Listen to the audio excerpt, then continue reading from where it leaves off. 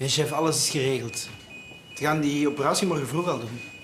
Ja, maar ze willen mij een nacht hier houden. Ja, verstaan.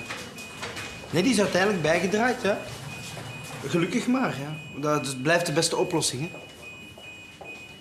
Zeg, chef. Ik ga je straks terugbellen, hè. Oké? Ça va? Dokter, wat is er aan de hand? Dokter, Jelle?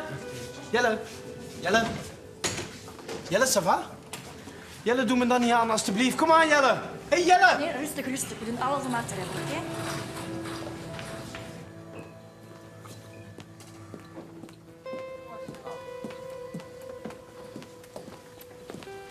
Tom?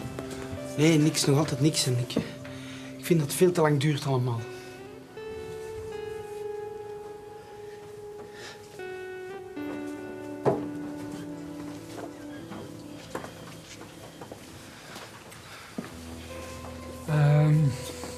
We hebben gedaan wat we konden.